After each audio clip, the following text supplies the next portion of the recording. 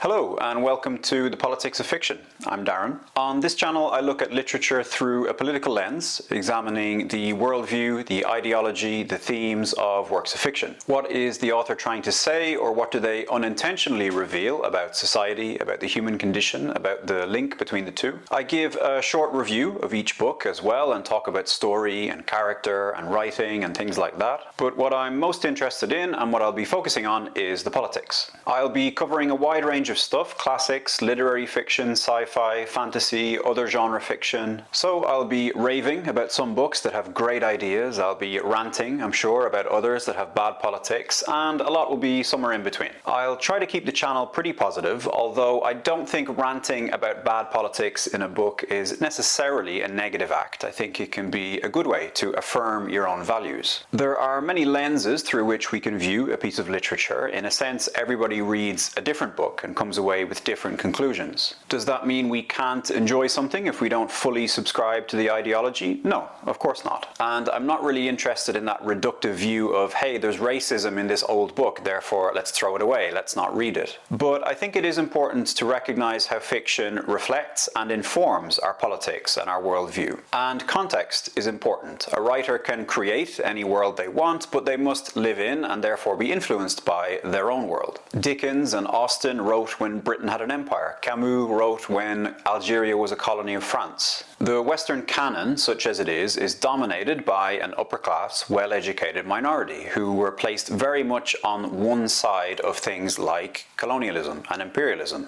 on the dominant side. And of course, contemporary writers can't ignore reality. They have to take a position on it, consciously or not. If a sci-fi or fantasy writer creates a monarchy or an empire in their book, how is it presented to us? How do the characters react to it? Because ultimately, in my view, there's no such thing as apolitical art. And I think that's especially true when it comes to literature. If you enjoyed the channel, please consider giving the video a quick thumbs up and subscribing. It would mean a lot to me, get that algorithm working for me. And comments are always welcome. You can let me know what you think. Do you agree? Do you disagree? Do you have any books that you'd like me to cover in the future on the channel? If you'd like more content, you can check out my Patreon. At the moment, there is one Patreon video for every one YouTube video.